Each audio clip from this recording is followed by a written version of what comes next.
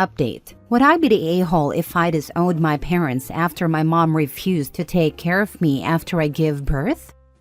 Original post. I, 28 female, am 30 weeks pregnant with my first child, and I'm about to move to another state. My mom has a tradition of taking care of my siblings when they give birth until they recover. She did it for my older sister and my brother's wife, so I assumed she would do the same for me. However, a week ago, she told me she couldn't because it was too far away. We got into a fight about it, and I told her to leave my house. Now we're not talking. Before you judge me and say my mom isn't obligated to take care of me, I want to clarify that this isn't about needing my mom's help. It was never about that. I've always been the one child in a family that nobody really cares about. My parents claim they love and treat us all equally, but it's painfully obvious that they love me a little less than the others. I used to wonder if I was adopted, but nope, 100% theirs. It's always about my siblings, how they're doing, how my mom and dad are struggling, but it's never about me. It was never about me from the beginning. My birthdays were rarely celebrated because my parents either forgot or just threw something together at the last minute and called it a party. My high school graduation? No celebration because my parents had already spent too much money on my older brother's college graduation party. They promised to make it up to me. Spoiler alert, they never did. My parents contributed to my siblings' wedding expenses, but when it came to mine, they said, "Since your husband comes from a good family, we don't have to contribute." Their words, not mine. I've always been the one expected to listen to mom and dad vent about their problems. I had to help my mom because my older siblings had too much schoolwork, and my younger siblings were too young to do chores. They always told me I was a good daughter, but I was never the one they bragged about to their friends. No matter how hard I tried to make them proud, my achievements were always overshadowed by my siblings. I have tried multiple times to talk to them about how I feel, but the only response I ever got was a scolding about how I was being spoiled. I hated my life until I finally moved out, but I never had the courage to cut ties, hoping they would change. Well, my mom just proved me wrong. Mind you, my older sister lives an entire ocean away, but my mom had no problem taking a 10-plus-hour flight twice to be with her. Yet somehow, a 4-hour drive to my home is too much? Especially when I'm in a place where I don't know anyone except my husband. I am so freaking tired of them putting everyone else above me. So, I'll make things right between us before I leave, because I don't want to end things on a bad note. But once I move into my new home, I will cut all contact. I don't have the energy for this anymore. Besides, I have my loving husband, and together we will build a new family, one where I am truly appreciated and loved for who I am. Note, I am the third of 5 children. Now for the top comments before reading the update. Not the a-hole. Tell her you can't keep in touch. It is too far away. She has been overlooked and undervalued her entire life by her parents. Her feelings are completely valid. This isn't just about her mom not visiting after birth. It's about years of unequal treatment and neglect. I think she suffers from dependable child syndrome. Parents always think they can neglect the kids who seem fine and focus on the others. As someone who has been in a similar position, my parents sometimes forget I have feelings. Luckily, it's never been this bad, not even 10% this bad. You don't even have to cut contact or block her. Just quietly quit. Don't initiate contact. Gray rock her when she calls her texts. Don't share photos of the baby, saying you don't want them posted online. This way, she can't act like a proud grandma when she hasn't even met the baby. If anyone asks why you're shutting mom out, just act surprised and say, "What? I'm just busy, taking care of a newborn with no help." She knows my number and address. She's free to call, but I don't have time to listen to her complain about her life. Because, I have an infant to care for. She'll either make an effort to prove how little she really cares.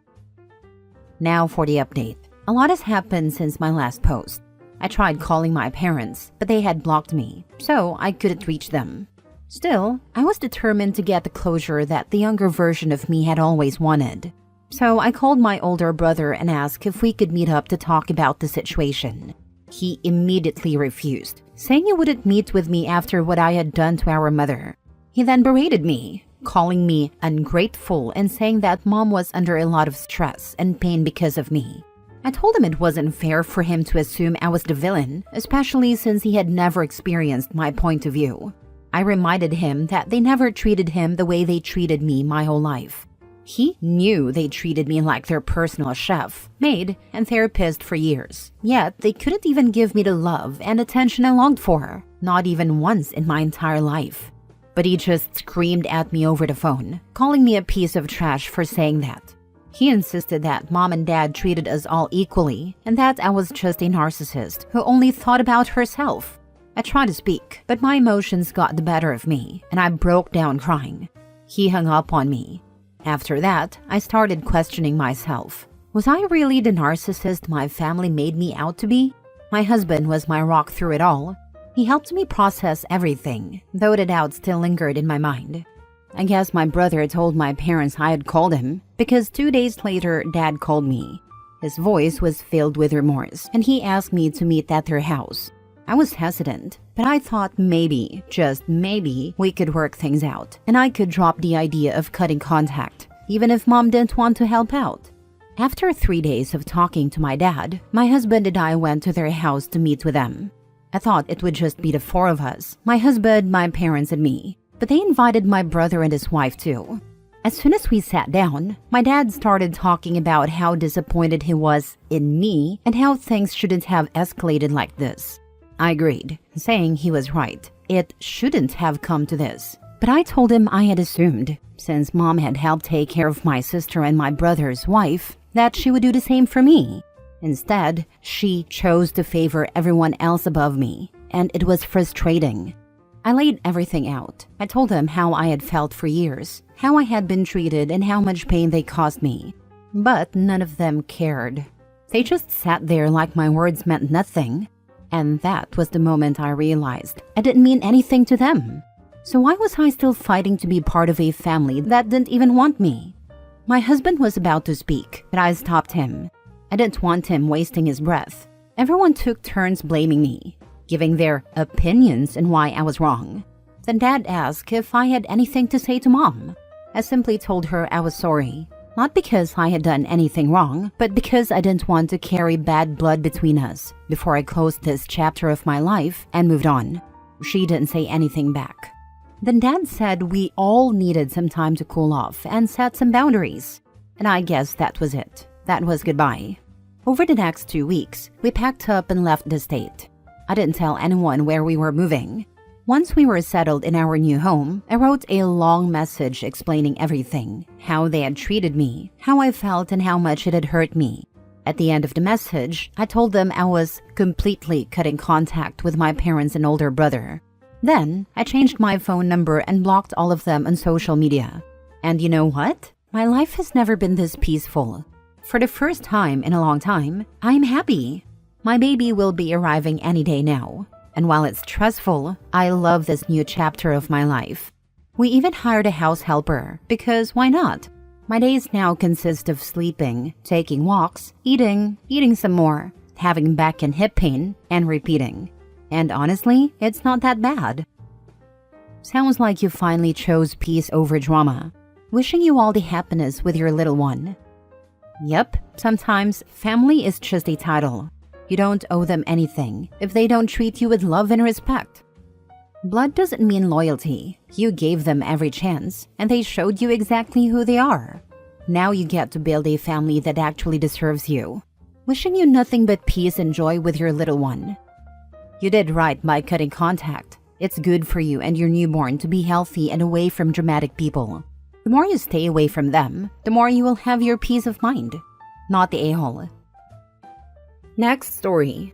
Am I the a-hole for leaving my sister's wedding after she made me the butt of a family joke?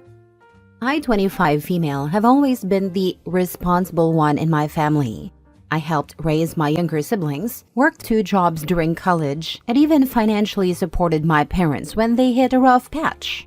My older sister, Rachel, 30 female, has always been the family favorite. She's outgoing, funny, and everyone gravitates towards her. She got married last weekend, and that's when everything hit the fan. For context, Rachel has always had this playful habit of roasting me at family gatherings. It started with harmless jabs, like calling me Mom Junior because I'd remind everyone to take their meds or clean up after themselves. I laughed it off for years, but at some point, it turned mean-spirited. She started calling me Miss Buzzkill, saying I didn't know how to let loose because I preferred reading at home over clubbing. Flash forward to the wedding, Rachel asked me to give a toast as her maid of honor. I thought it was a huge honor, so I worked hard on a heartfelt speech about her finding love and a bond we share as sisters. But when it was Rachel's turn to speak, she gave this whole jokey speech about the woman I've always looked up to, as a reminder of what not to be.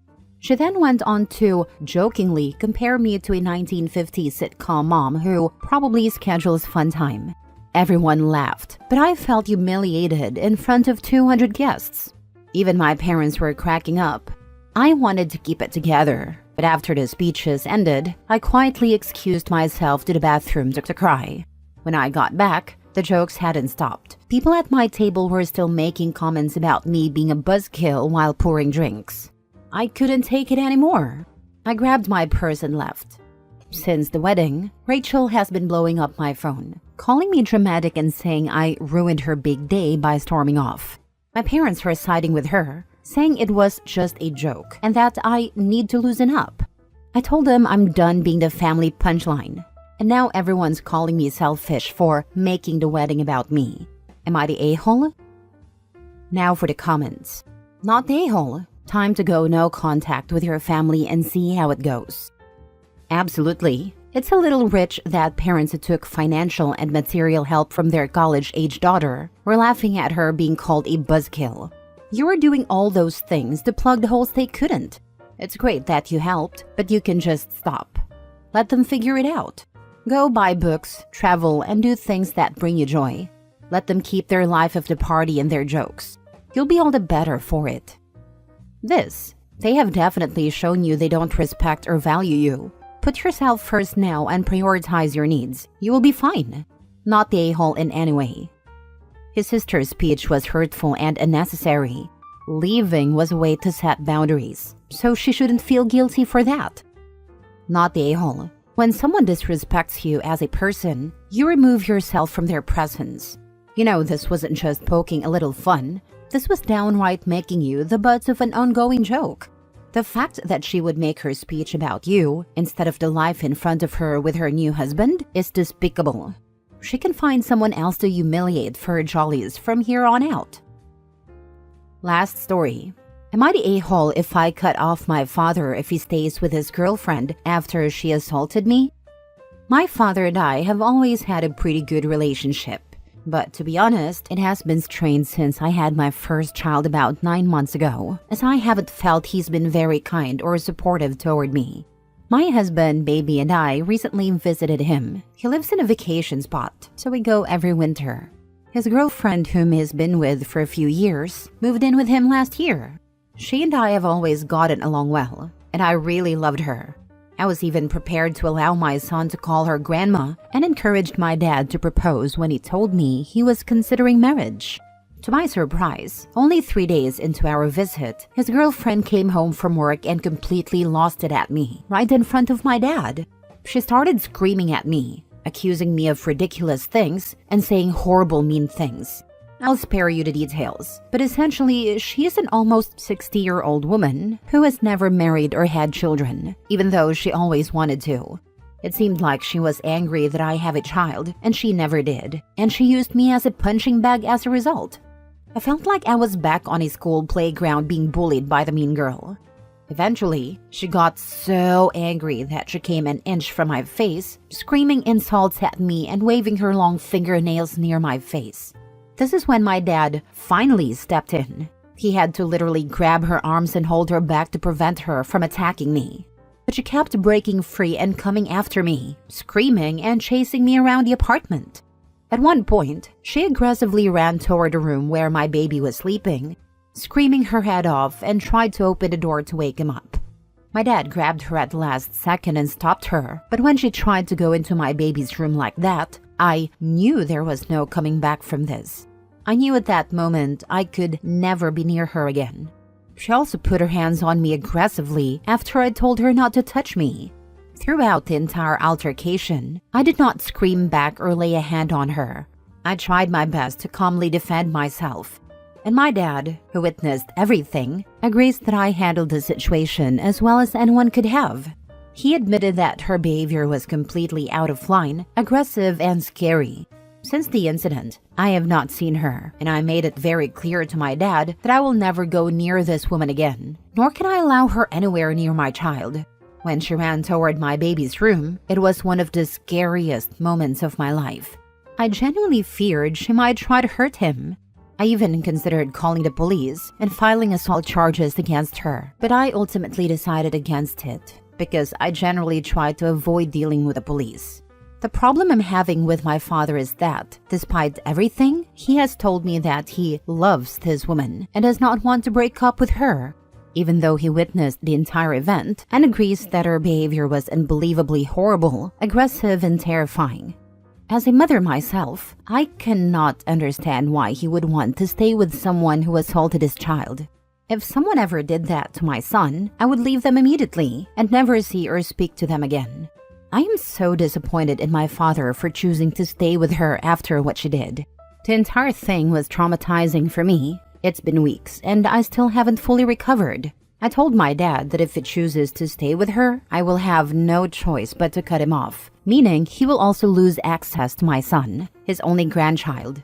He says it's unfair for me to make him choose between us. To that, I told him that she is the one forcing him to choose because she's the one who attacked me. So, am I the a-hole if I cut my dad off for staying with his woman? The fact that you even have to ask if you're the a-hole is wild. She assaulted you, tried to get into your baby's room, and your dad still wants to play house with her? Nah, protect your peace and your kid. The reason I ask is because I was also abused by my mom my entire life and constantly feel gaslit by people, so I never know if what I'm doing is actually reasonable or not. My dad has been really trying to minimize what happened, and it's clear he's trying to gaslight me too, which is making me confused. I needed other people's opinions for clarity. Sounds like your dad is used to enabling the romantic partners in his life. I said the same thing to him. Not the a-hole. Honestly, I'd still file a report. That way, you've started a paper trail.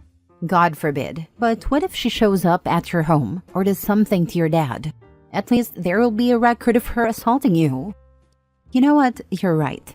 After reading your comment, I called the police department and I'm waiting for an officer to call me back so I can file the report.